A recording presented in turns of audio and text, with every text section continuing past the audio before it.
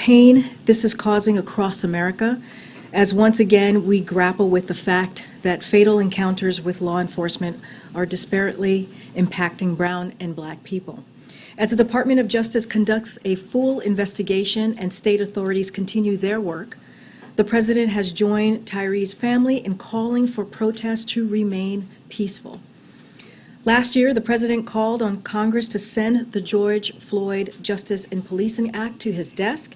When they didn't, he signed an executive order that included stricter use of force standards and accountability, provisions for federal law enforcement, as well as measures to strengthen accountability at the state and local level.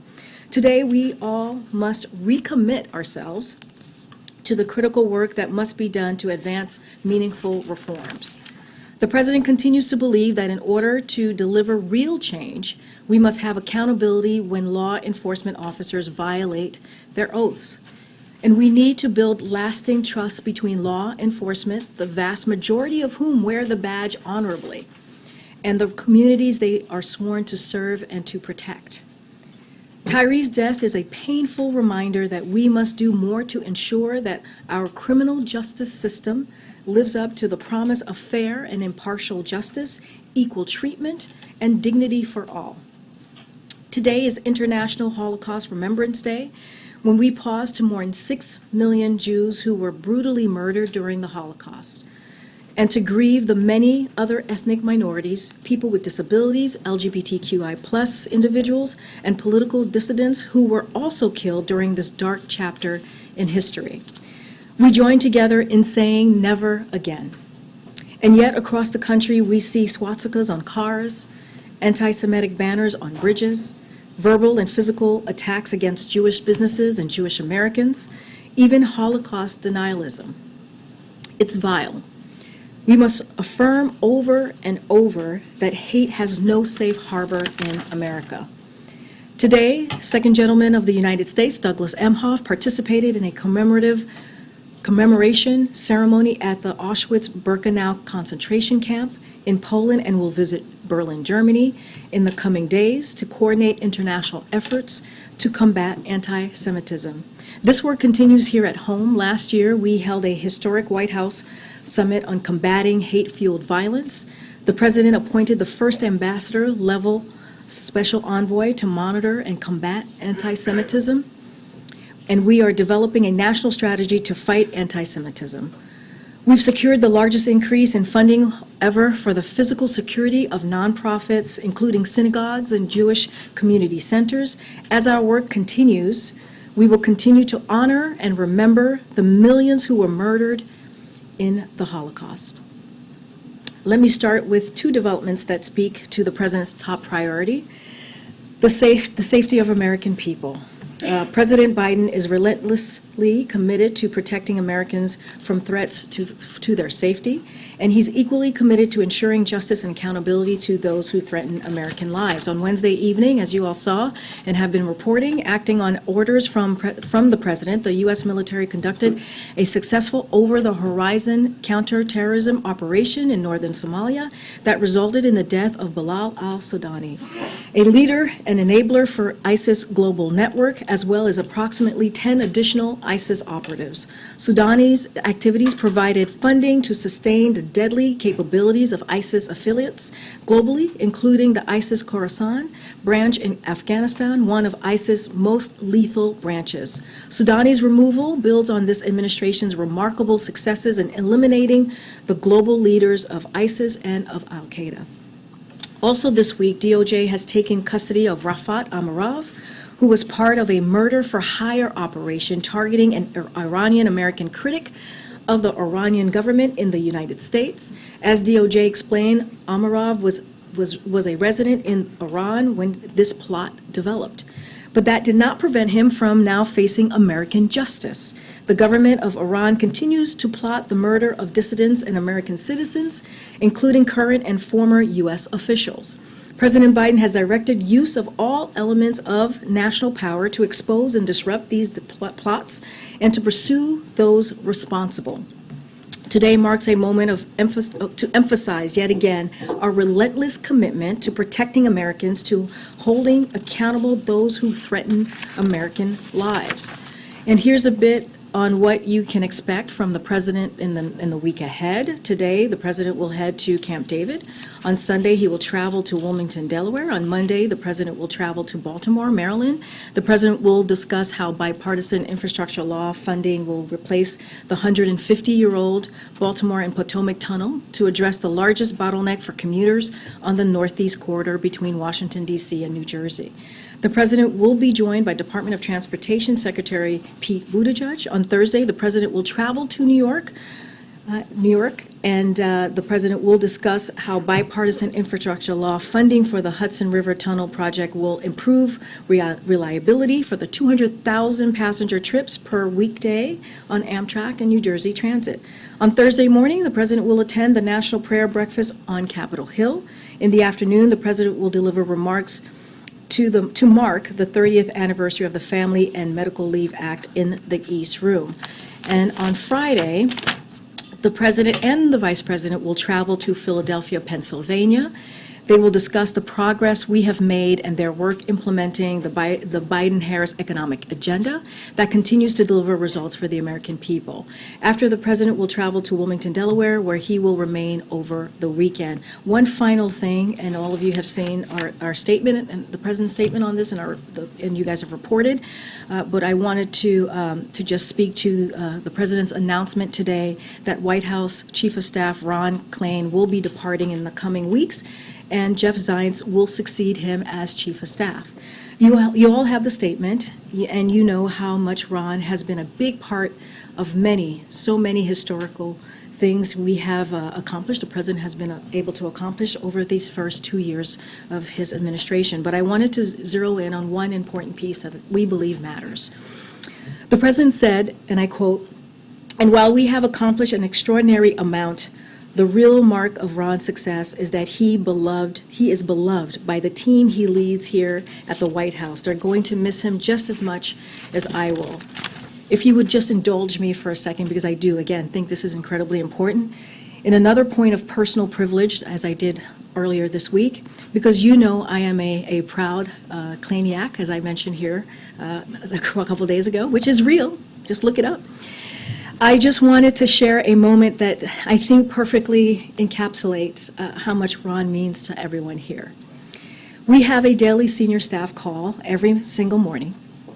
It's where we run through what's happening here, and normally each department heads gives an update on what's going on for them and their teams for that day. But today was a little different. Ron started off by tearfully telling the team how proud he was to serve with them, and how he was even prouder to what we accomplished together over the last 2 years. And then each person went around telling their own favorite Ron story. There were a lot of tears and even more love on the call. Office of Legislative Affairs Director Louisa Terrell told a story of how she got Ron a rock during a tough period because he is our rock here. Homeland Security Advisor Liz Sherwood Randall reminiscence about how she had known Ron since they were kids who went to work for Joe Biden in 1986, a very long time ago.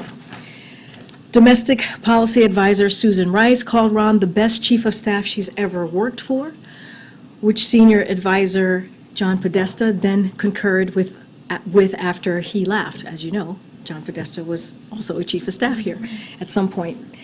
IGA Director Julie Rodriguez noted how consequential the last 2 years have been under Ron's leadership as we pass some of the boldest policies that are improving the lives of Americans every day. And Counselor to the President Steve Ricchetti closed it out with, I quote, "You always paid attention to the little things that matter to people.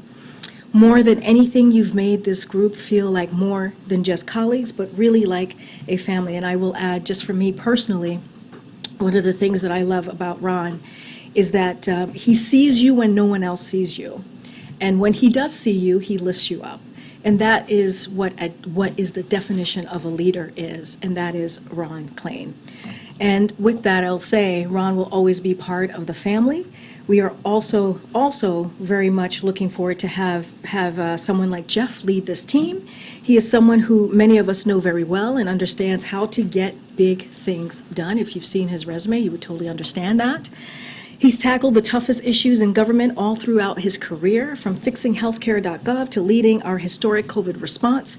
He led the National Economic Council during Obama-Biden administration and shares the president's focus on strengthening our economy and growing it from the bottom up and middle out. He led our administration's transition into office under incredibly trying circumstances. You all were there and watched us trying to get the administration together at that time. And thanks to Jeff, we had a historically diverse team in place on day one, ready to work. Now in year 3, a big task ahead is ensuring the historic laws we pass are implemented efficiently and fairly. No better person to do that than Jeff Zients. And may I also add, there is no better or kinder human being. We are also all waiting to see the Bagel Wednesdays. I think you all have heard us talk about this. We hope that it makes its triumphant return. And next week, the White House will host an official transition event to thank Ron for his tireless work and officially welcome Jeff back to the White House in this role. Thank you for indulging me. I really appreciate this opportunity to do that. And with that, Darlene, you want to kick us off? Sure, thank you. One follow on Chief of Staff and one follow on Tyree Nichols. As you know, there are separate videos today that are being released, one on the attack on former Speaker Pelosi's husband, the other on the beating of Tyree Nichols. Can you say whether the President has any interest in watching or seeing either of those videos, particularly the Memphis one, since you mentioned police reform in your opening? So as I mentioned, the President sent his heartfelt condolences to Tyree Nichols' family yesterday, he and the First Lady, and he's going to be regularly briefed, as he has been. He's going to be monitoring the situation. As the case continues to develop, clearly he'll be keeping a close eye. I don't have anything further to read out on that piece on the video. Obviously, the video is not out yet, but again, he'll be regularly updated. As far as Paul Pelosi, I have not seen the video yet. I know that was just released, and I know many of the cable news outlets have been showing the video to this morning. I haven't had a chance to check in with him or to ask him. But I think you don't even need a video to know how horrific and unconscionable the attack of Paul Pelosi was. And to be very honest, it's a miracle that Paul was not more seriously injured. And we are grateful that he is on his way and continues to recover. The President has always been clear and continues to be clear to condemn any sort of political violence. There is no place for it here in our country, and he's going to always believe that and ask for people to come together, Republicans, Democrats, it doesn't matter which party you're in, to condemn the political violence and violent rhetoric that we have seen over the years. And with the Chief of Staff news today, that position is one of the more powerful ones in Washington that has never been held by someone who is not white and male. Would the President commit to choosing a Chief of Staff who is not white and male if Jeff Zients were to leave before the end of the President's term? Here's what I'll say to this. I'm certainly not going to get ahead of the President. That is not something that I can do from here. But look, and I kind of said it at the top, the Biden-Harris administration is the most diverse in history. That is a fact. And we expect this trend to continue. The Cabinet is majority people of color for the first time in history. The Cabinet is majority female for the first time in history. The majority of White House senior staff identify as female. 40% of White House senior staff identify as part of racially diverse communities. A record 6 assistants to the President are openly LGBTQ. And also if you think about our 30,000, about 3,000 appointees, 58% female, 51% people of color, 6% disabled, 31% first-generation Americans, 17 first-generation college grads, and 14%, when I say 17% first-generation college grads, I forgot to add that percent, and 14% LGBTQ. And I think that matters. This is a record that the President is truly proud of, and I think not just the President, all of us here who are members of his team. Yeah.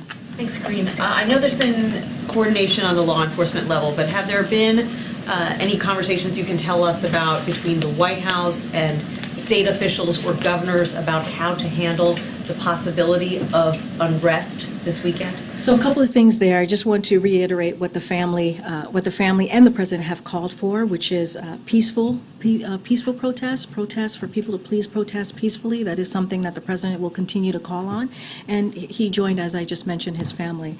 The White House has been in coordination with the relevant agencies to ensure they prepare if protests become violent.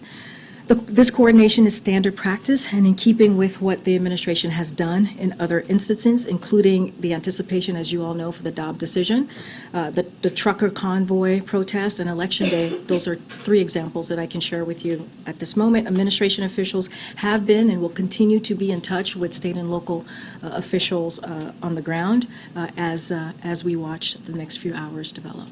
Has the president spoken with the Nichols family directly, or does he plan to? Obviously, when a tragedy happens like this, the president always wants to extend personally his heartfelt condolences to the family. I don't have a call to read out or call schedule at this time, but again, I would refer you to the statement yesterday. But our hearts are with Tyree Nichols' family and the Memphis community as well. And then can you confirm a report by our friends at Reuters that Elon Musk met with Mitch Landrieu, the infrastructure coordinator here at the White House today, about electric vehicles? What were they talking about? I know the White House hasn't always had the nicest things to say about Tesla and its labor practices. So I can confirm that Mitch Landrieu and also John Podesta met with Elon Musk to discuss electrification and how the bipartisan infrastructure law and the Inflation Reduction Act can advance EVs and increase the electrifications more broadly.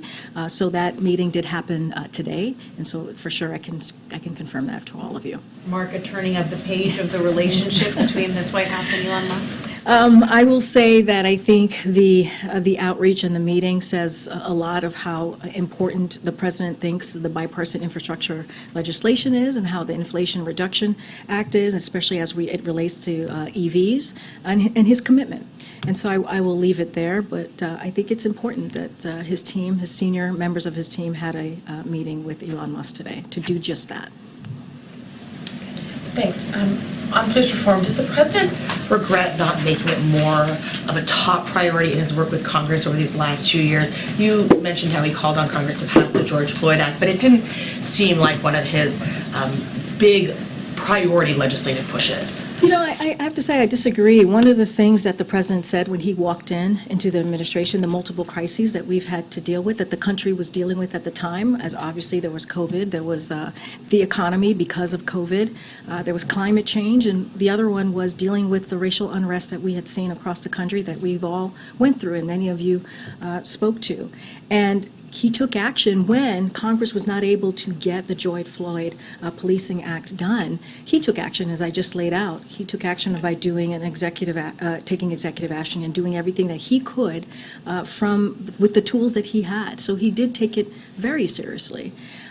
And he's going to continue to be very vocal. He's made speeches about this over the past couple of years, and he's talked to Congress and has asked Congress to take action. He has spoken to many times to the leaders in Congress who put forth, like Cory Booker and others who put forth that piece of legislation, and our team will continue to have those conversations.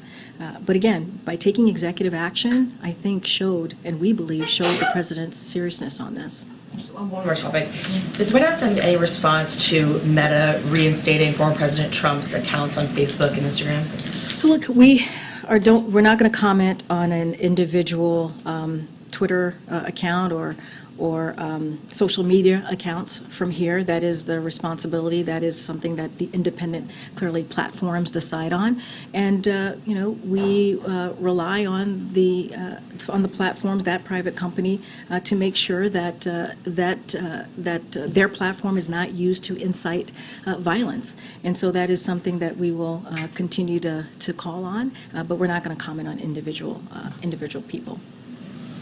On Tyree Nichols, the negotiations that happened last year in the Senate obviously paused.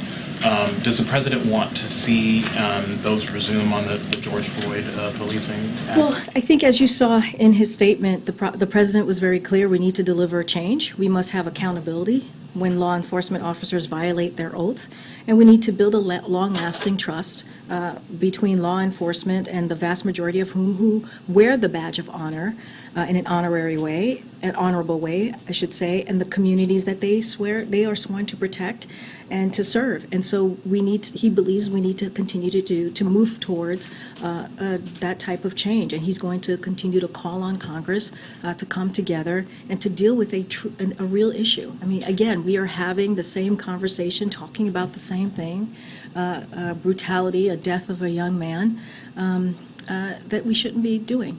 We shouldn't be reliving this type of hurt and pain and having to reach out to the families and a community and saying that we're with them in this time. This should not be where we are today. But specifically those Senate talks that were happening between Cory Booker and Tim Scott and others, is that something that needs to be restarted at this point? I mean, I'll say this. We think Congress should act and take action and put legislation to the floor that deals with this in a real way. And that is going to be up to Congress on what that looks like and what that ultimately materializes to be.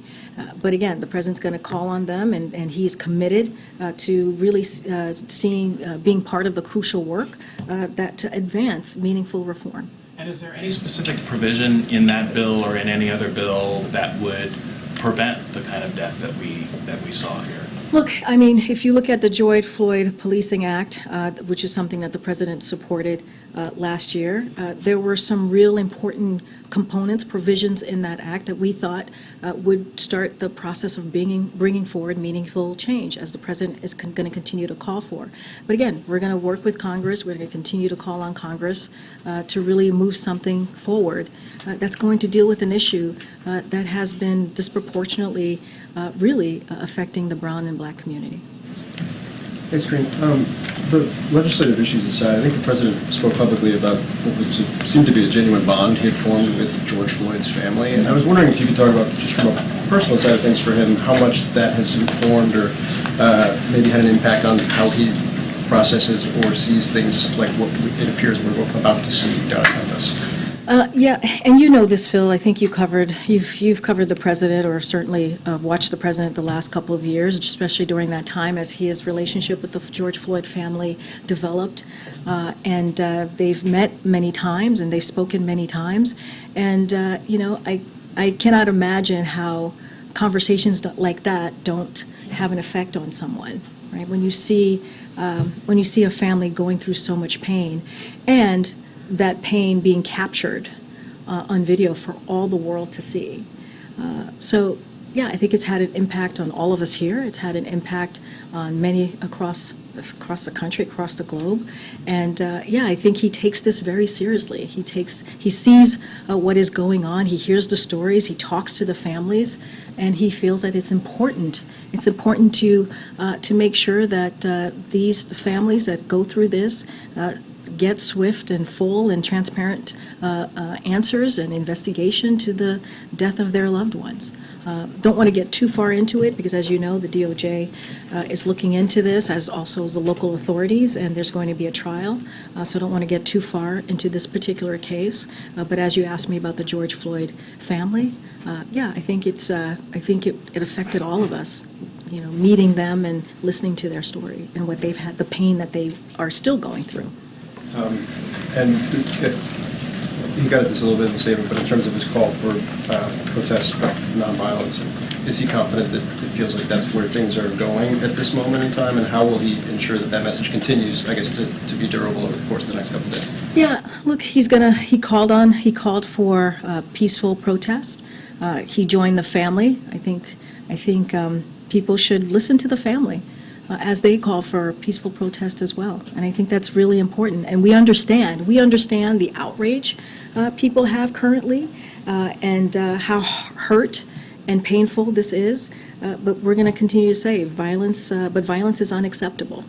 And so, I just laid out a moment ago of what we are trying to do here. The president has met with the agencies.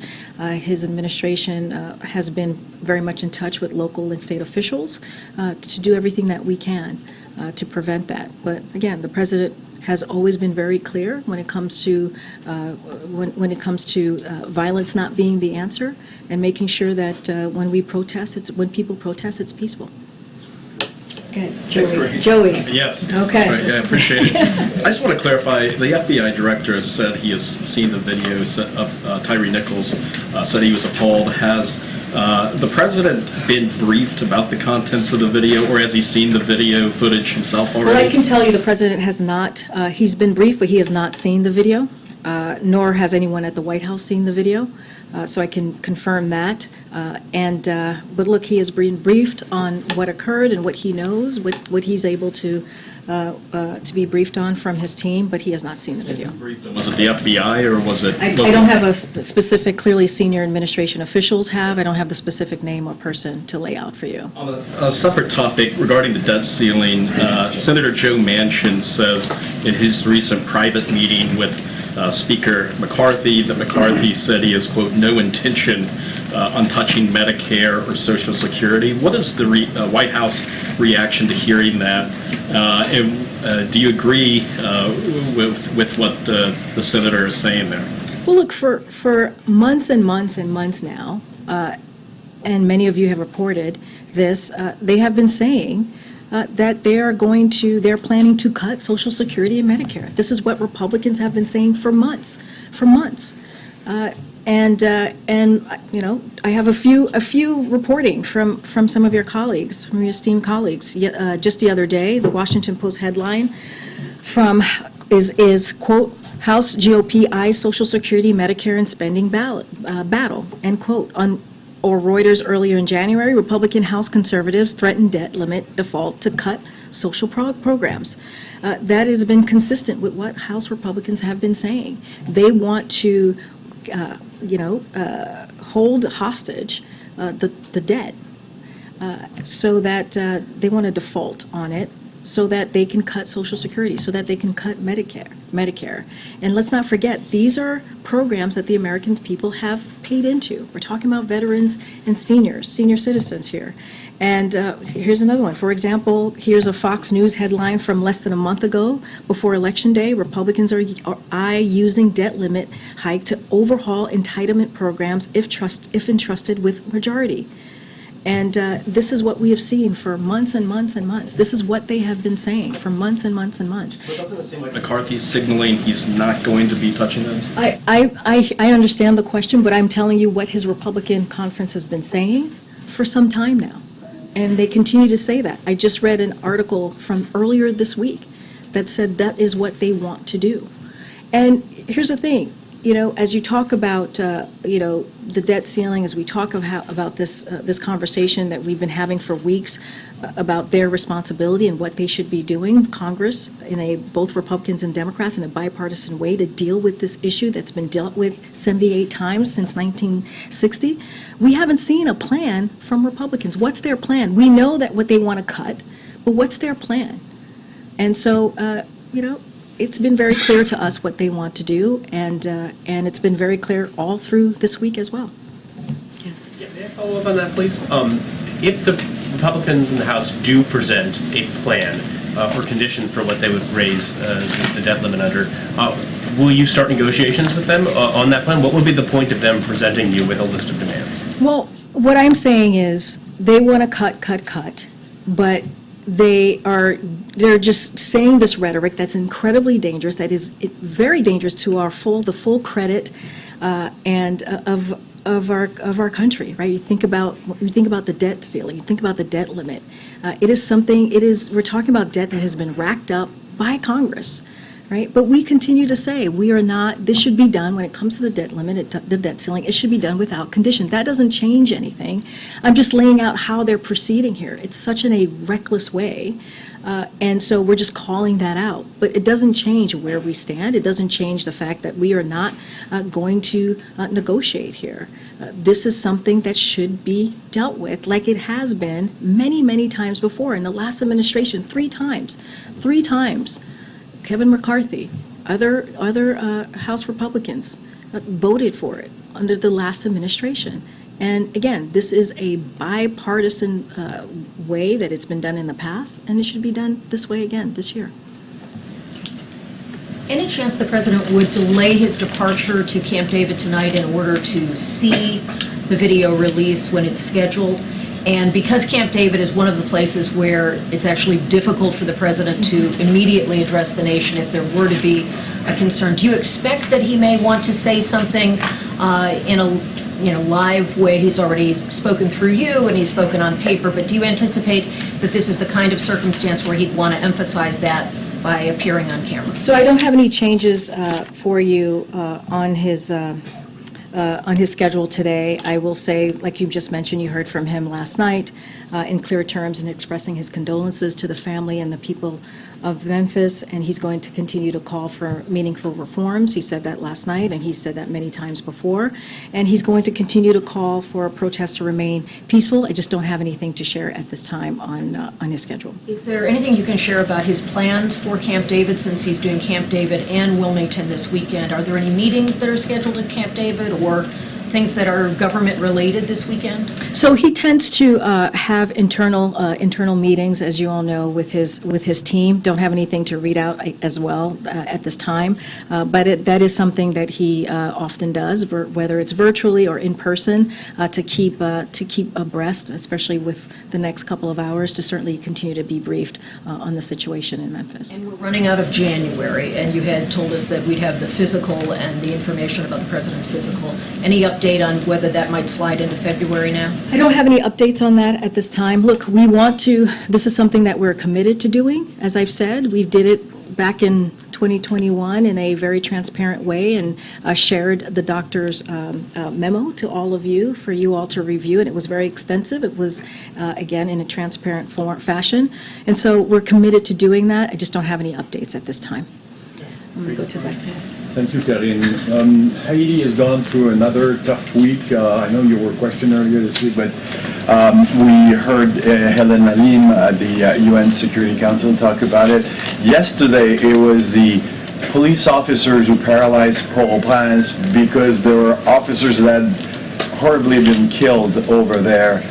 Any progress, because people are begging for the United States and Canada to get involved in a respected international force on the ground. Any progress in the discussion? So, as you know, as you just mentioned, together, the U.S. and Canada have taken action to provide assistance to the people of Haiti while also holding those causing this crisis accountable, including through sanctions. That is something that we have announced in the past several months.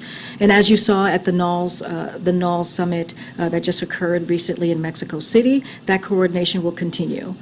During their bilat, President Biden with Prime Minister Trudeau also committed to continue coordination with partners on the U.S. Security Council on the next steps to support stability to Haiti, including support to the Haitian National Police. And so that is a commitment that the President has, and we will continue again to coordinate to see what we can do. But no new forces on the ground at the moment. I don't have anything to announce or preview at this time. The other question I have, Karine, is what's happening in the Middle East and in Israel and the Palestinian territories. We saw what happened in Jenin yesterday. We were hearing that 5 people were killed in the synagogue in Jerusalem today. I know that the Secretary of State Blinken is in the area. There's a commitment to the 2-state solution that's going to be reaffirmed.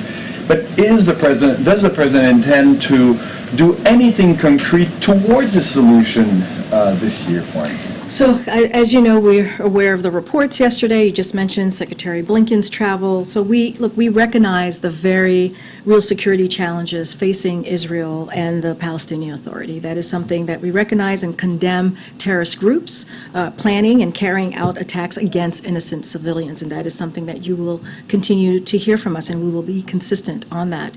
We also regret the loss of innocent lives and injuries to civilians, and are deeply concerned by the escalating cycle of violence in the West Bank. Over the past few days, our administration has been closely engaged with the Israeli and Palestinian Authority on the recent violence and to urge de-escalation. We underscore the urgent need for all parties to de-escalate, to prevent further loss of civilian life, and work together to improve the security situation in the West Bank. Palestinians and Israelis equally deserve to live safely and securely. And you'll hear that from clearly Secretary Blinken, as you just mentioned, his commitment that the president has to a two-state solution, and we will continue to call on de-escalation in the region. Can I just a follow-up to that? I know during May of 2021, when there was violence in the region, President Biden got on the phone with Netanyahu. He was more personally engaged. Is there a reason why we're not seeing the president himself hop on the phone and be more directly engaged? Well, as you know, the president is very committed to the security, the real security challenges that they're facing here in Israeli and in Palestinian Authority, and we're going to continue to condemn certainly the terrorist groups planning, and we'll continue to be vocal. Don't have anything to read out as far as the president calling the prime minister, but as you know, as was just mentioned, Secretary Blinken is in the region. We had National Security Advisor Jake Sullivan, who was there just last week, and I think that shows our commitment to the region, and so you'll continue to see that. Just don't have anything specific on the president's involvement. Thanks, Corinne. People on the Hill are talking about a debt limit extension until September. Would the White House support such an extension? Look, we've been very clear that the debt limit should be dealt with without conditions. We've been very, very clear on that, and we'll continue to make that clear. And we believe that Congress should act in a bipartisan way, as they did 3 times in the last administration, as they did 78 times since 1960, 49 times with a Republican president, and 29 times with a Democratic president. This is incredibly important. We have seen reports that if a default happens, 6 million jobs could be lost. Right? We're talking about an economy that we saw the GDP just the other day, 2.9% growth, which is better than was expected. So we're seeing a growing economy. We're seeing record unemployment, 50-year low. We're seeing almost 11 jobs created under this president. What we should be doing, and what Congress should be working with us on, is how do we continue to build on that success, not do political stunts. And so we'll continue to be clear on that. It should be done without political stunts. It should be done in a bipartisan way, as it has been done many times before. Could be a vote next month on a nationwide TikTok ban. Does the White House still have security concerns about the app, and do you have a different stance on that? Look, our positions have not changed on TikTok. I'm not going to get into any specifics. As you know, it's under review by the committee, so we're just not going to get into details on that. Okay. Thanks, Shereen. David Axelrod, a former top staffer for President Obama, wrote in a piece today for The Atlantic that Biden and the White House seemingly have violated every precept, speed, transparency, contrition of crisis communications in relation to the way that you have communicated about the classified documents found in his possession. I'm wondering if you agree with that assessment and your take on that. Well, look, I know David Axelrod very well. I was part of his I was part of his program that he had at University of Chicago, and I respect him wholeheartedly, and got to work with him during the Obama-Biden administration. He has his opinion. I'm not going to make judgments on that, and he's allowed to share what he thinks. But I will say this, and and I'm going to be very careful and prudent here, and we take classified information and classified documents very seriously, and the President's team is fully cooperating with the current legal process at this time. I'm just not going to say anything more. This is not a question about the handling of classified documents, it's a question of communication. I just answered your question. I just answered your question. You have no comment on whether I the White House... literally just answered your question. But I did. You asked a question about whether or not you think the White House has done a good job communicating. No, but I answered the first part. I answered it in my first part, which is I know David Axelrod. He has every right to have his opinion, and I've known him for a long time. I've worked closely with him, and that's all I'm going to say. Go ahead, Karen. Is there a specific reason the president's leaving Camp David to go to Delaware just for that one night on Sunday? I don't have anything to preview about what he's going to be doing specifically. All I can tell you is that he's going to be leaving Camp David and going to Wilmington, Delaware. And his travel for next week, the Baltimore-New York travel obviously is infrastructure related and tunnel specific, Philadelphia on the economy, but they're obviously very blue cities. Why the focus on those three places next week? Why did you guys pick that? Well, I think, well, first, I'm not going to get ahead of the president. He will lay out the importance of his travels to those particular tunnel and why he wanted to highlight those tunnels, so certainly not going to get ahead of him. Look, the bipartisan, remember, it's a bipartisan infrastructure legislation. We were in Kentucky in the beginning of the year, which was a bridge in Kentucky that was really important in the region. And we had, you saw Mitch McConnell, you saw a bipartisan effort of folks of elected officials who came together to talk about a bridge that for decades presidents had wanted to fix and have not been able to. So we were in Kentucky not too long ago. This next week you'll see the president in Maryland and in New York. So I think those are important, right? When you think about what the president has said for the past several years, is he is a president for everyone, and you see that in his pieces of legislation because they will benefit people in New York, they will benefit people in New Jersey, they will benefit people in Kentucky and Ohio, just across the country, red states, blue states, rural areas, urban areas, and I think that's what you're seeing. That's what you're going to see next week from the president as he continues to travel and lay out what historic pieces of legislation, like the bipartisan infrastructure legislation, is going to do for the American people. I should say, not legislation, but law. You'll be doing travel right after the State of the Union with a similar message like this? Don't want to get ahead of his schedule, but clearly he sees the State of the Union as an important opportunity to speak directly to the American people about how he sees the future of this country. As the president says, you've heard him say many times, he's an optimist, and he said that just yesterday, and he wants to continue to talk about the economy, where we are, and where he thinks we need to go, especially as if we can work together in a bipartisan way to continue to deliver for the American people. Thank you so much. So is the president going to go to Europe in the next month to mark the one-year anniversary of the invasion of Ukraine? And I understand if you're not going to comment on concrete travel plans, but going to Ukraine, is this an option for the president today? I'm not going to get into the president's travel from here, and I can say that we currently, and you guys heard us say this already in the last 24 hours, we currently don't have any travel plans for the anniversary. What I can tell you is, and what I meant to say at the beginning is I don't want to, you're asking me about the security going to Ukraine. It is not appropriate for me to talk about the president's any type of security from here. But what I can say is that planning for how we will recognize the one-year anniversary is well underway here at the White House and across the government. But as a general matter, I'm just not going to get into internal discussions or read out any options that we're currently looking at. And once we have something, if we have something to certainly share, we will, but right now we currently have no plans to travel for the anniversary. Did Elon Musk request to meet with the president himself while he was in town this week? Well, what I can tell you, I would refer you to Elon Musk. I don't have any request to share with you right now. What I can tell you is that he did not meet with the president. It was his two advisors, senior advisors, that I just laid out, John Podesta and Mitch Landrieu, who met with Elon Musk today. I just don't have anything else to share about who asked whom. Following up, somewhat related to EVs, but gas prices. It could hit $4 in the next couple of months, the national average, according to a lot of the experts like Gas Buddy. How likely is it that the president taps into the Strategic Petroleum Reserve again this year to try to lower prices? So Secretary Granholm, as you know, was here, I believe, on Monday, and she was asked this question, and so that is certainly something that's under her purview as well, and we don't have anything to share on that. What I can say about gas prices more broadly is that while some temporary refinery outages and maintenance are impacting gas prices right now, the price of gas is still down about $1.50 since June peak and around where it was when Putin invaded Ukraine.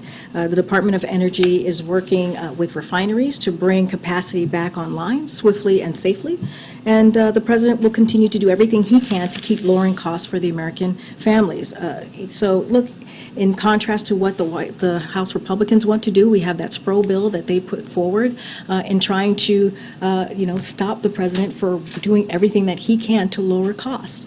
And so we're doing the opposite. We're going to continue to do the work to make sure that we tackle inflation, one of the most important economic priorities of this president, and so we'll continue to do that work. Any additional,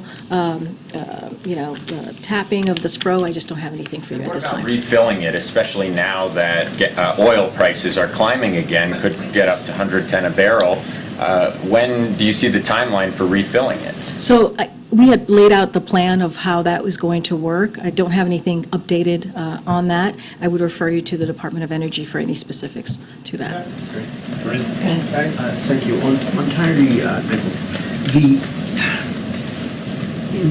in previous police brutality cases over the past couple of years, the officers have been white. That's not the case in this case. Is the president concerned that within the culture of policing, there is a comfort with violence and an entitlement to use violence that would lead these officers to beat a man to death for fleeing from them during a traffic stop? Does he feel that police may feel emboldened to do these things? And what would he do about that? So look, I mean, the president has called for meaningful reform. He's called on it very clearly and has spoken to it the last 2 years. And he wants to see real change. He wants to make sure there is accountability with law enforcement officers who violate their oaths. And he also said that we need to build that long-lasting relationship between enforcement and the vast majority, we understand, and he believes, of whom wear the badge honorably. And that is important too. And those communities, not only they wear it honorably, but they also to serve the community, to serve into the community that they want to protect. And so look, we're not going to get into doing any psychology here and going into the minds of folks, but what we can say is we believe that there needs to be meaningful reform, which is why the president acted and took executive action when Congress could not. I would just follow up on that. His predecessor in 2017 encouraged police officers to don't be too nice and suggested that they might hit the heads of prisoners on the tops of their patrol cars. Does the president have any plans to speak to police officers and say that this kind of behavior is not acceptable? Does he plan to address any police groups or anything like that? I understand the question, Andrew, but I think the president has been very clear. He's been very clear on the importance of having true reform, of the importance of making sure that communities feel safe. He took action, right? He took executive action to deal with that specific issue, and that's what he's going to continue to do. He's going to, use the tools that he can by taking executive action and call on Congress to truly make meaningful reform that's going to deal with an issue that is devastating, disproportionately, unfortunately, Black and brown communities. Thanks, Green. So when you talk about infrastructure, you say it's important for the president to have a chance to speak directly to the American people. Why doesn't he want to speak directly to the American people now that some big cities are bracing potentially this weekend for riots? So he put out a statement yesterday, and I think when a statement comes from the President of the United States, it has a powerful impact. And he was very clear in that statement. He offered his condolences to the family of Tyree Nichols. He also joined the family and calling for peaceful protests. That is an important statement that the president could make.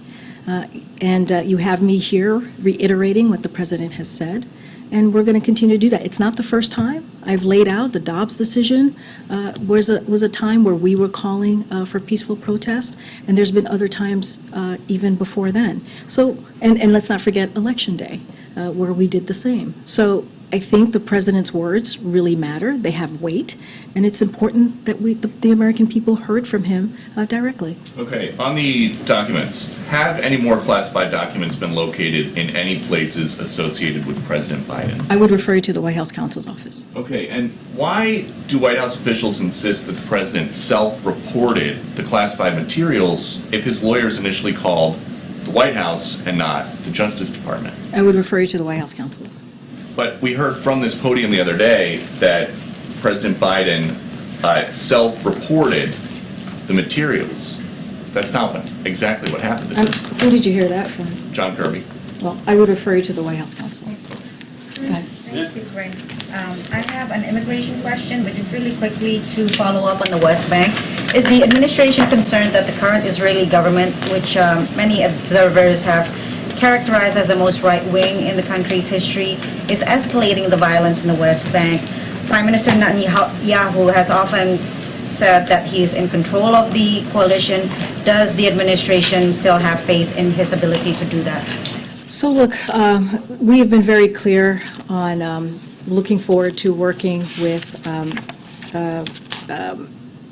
the Prime Minister. As you know, the President has a relationship with the Prime Minister. Certainly not going to go into specifics from here of what you laid out. You know that Secretary Blinken is currently in the region, and so was National Security Advisor Jake Sullivan. And I'm just going to leave it there. I'm not going to go into diplomatic conversations from here. I'm not going to go into anything more specific than that. But again, we're going to continue that relationship that we've had. And just really briefly, we just heard that there are at least 7 people who have been killed in an attack on a synagogue in Jerusalem. I don't know if you've heard that or not. Do you have any comments? No, I have not heard of that, but clearly we have been asking both sides to de-escalate, and we'll continue to do that, but it's hard to speak on something that I have not read about. Immigration question. Can we get a reaction on the over 70 Democrats urging the president to re-evaluate his asylum restrictions, please? Look, if you look at what the president put forward in most recently as it relates to the border security and the border security measures, it's actually working. And we see that with the parolee program more specifically. And I think it's important that the president is using the tools that he has in front of him to deal with a real issue. And so the number of people crossing unlawfully from Cuba, Haiti, Nicaragua, Venezuela declined by 89% in less than 3 weeks, 89%. And this month we're on track to see the lowest levels of monthly border encounters since February 2021. Our measures, again, are working because we are treating this matter with urgency. We're not using it as a political stunt. We're not using it as a political football. We're taking this very seriously. But as you just mentioned, some states are trying to block our success and measures because they would rather use immigration as a political stunt. And for their campaign, or instead of trying to solve it. So again, we're going to do the work. The president's going to do the work on behalf of the American people and deal with a real issue, not just here, but that has been affecting essentially a global phenomenon that we have seen this past year or two. So again, his measures are the measures that he just put in are working, and we're going to continue to focus on that. Follow-up? Okay. On Tyree Nichols, you mentioned that President Biden has called for Congress to pass the George Floyd bill. But for Black Americans who are deeply disturbed and frustrated by these cases of police brutality, who voted for President Biden in 2020 because of what happened to George Floyd, what would be the president's message to Black Americans who are feeling like the president is not taking a more aggressive tone when speaking to Congress to pass this bill and move it forward? Look, I think, and I said a little bit of this moments ago, we understand the outrage that that the community has. As we have said, it is disproportionately, when you see this type of violence, is disproportionately affecting Black and brown communities.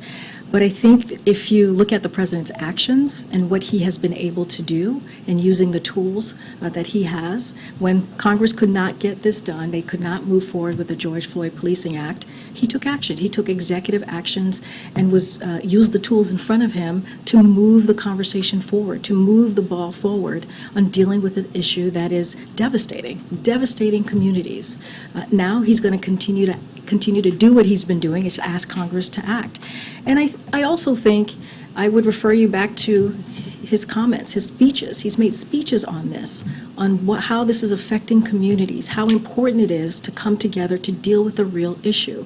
He's talked about this over the last 2 years. I would look at his actions, look at what he's been able to do, and I think that's important too. Thank you, Karine. On the Elon Musk meeting, did his Twitter ownership come up at all? No. And then what about the topic of Hunter Biden's laptop? I would refer to Hunter's representatives on that. Thanks. To the back here. Go ahead, Brian. Thank you, Karine. I want to go back to November 2nd. Why didn't the president go public on November 2nd when he found out from his lawyers that classified documents were found? I would refer you to the White House counsel, who has put out statements on this, on their timeline, and speaking to this. My colleagues from the White House counsel has had conversations with many of you, answering questions on this. I would refer you to the White House counsel. Before there was a federal investigation, he could have gone public at that time. I would refer you to the White House counsel. Go ahead, Alex. Karine, I spoke with New York City Mayor Eric Adams this afternoon, and he's just very concerned, as he's said in media appearances in recent days, that the White House is not doing enough to prepare for a new surge of migrants, many of whom are going to end up in cities like Chicago, New York, here in D.C. And as you know, it's not just DeSantis and Abbott sending buses of migrants to these cities. It's Jared Polis, a Democrat in Colorado as well. So what do you have to say to those concerns from Mayor Adams? Look, here's what I would say, and I answered this question with one of your colleagues, which is we believe, and we have seen the numbers and the data, that the border enforcement measures have dramatically reduced the number of people attempting to enter the country unlawfully. And I just mentioned the parolee program that was extended to Cuba, Nicaragua, and Haiti, and how we've seen those numbers come down by 89%. And so that's because of the measures that the president has put forth. And so, look, we're going to continue to do the work. I just mentioned as well, we're on track to see the lowest levels of monthly border encounters since February 2021. Why is that? It's because of the work that this president has done, using the tools, using what he's able to do from the federal government, from where he sits. Look, when the president walked in, the very first piece of legislation that he put forth was an immigration reform bill. That's how seriously he took this. That's how important it was for him to secure the border and deal with illegal migration. And what he has asked for is to have Congress act. And I know you mentioned a couple of Democrats, but the vast majority of folks who have been pushing back against this have been Republicans. We've seen very, very, in a stark way, the political stunts that they have taken. So, look, he's willing to work on this. He has said this many times. He's willing to work in a bipartisan way to get this done. But in the meantime, he's going to take actions, as we've seen, and those actions are actually working. And so that's how I would answer your question. Are you encouraged at all by the Tillis cinema talks on the Hill? Yes, we are encouraged by those conversations. This is what we've been asking, right? We've been asking for Congress to take action, to really take this in a serious way. And so we welcome that. We welcome conversations that are currently happening on dealing with immigration reform in a real way. Okay, Courtney. Thanks. I wanted to ask about the June debt relief cases that the Supreme Court is going to consider next month. Say that one more time. I'm so sorry. It's okay. I'll be louder. The student debt cases that the Supreme Court is going to consider I'm next sorry, month. I still didn't hear you. The first part? Oh, student debt. It's me. It's not you. The student debt cases. One of the questions that's at issue in both of the cases is whether the president went beyond his authority in pardoning all of that debt. Can you talk about more of what these cases mean for your broader agenda? There's been a lot of different executive actions that the president has taken that have been questioned by the Supreme Court. Outside of the context of student debt, which I know is something you all really care about, but thinking about how these cases could impact going forward, how the president uses his own authority on other issues.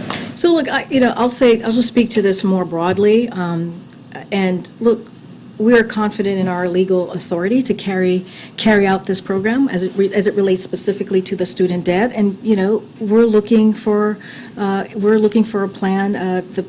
This was a plan that the president put forward to move things forward, right? To continue to help Americans who need a little bit of a breathing room, as you hear the president speak to.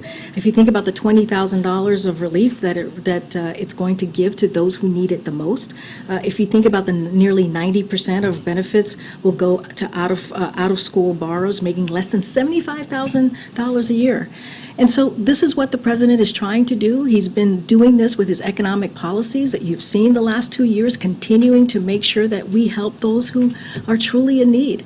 And building, if you think about what the economic theory has been for the past decades, right, which is trickle-down economics. The president is changing that and saying, no, we do not need trickle-down economics. He is saying that we need to build an economy from the bottom up, middle out.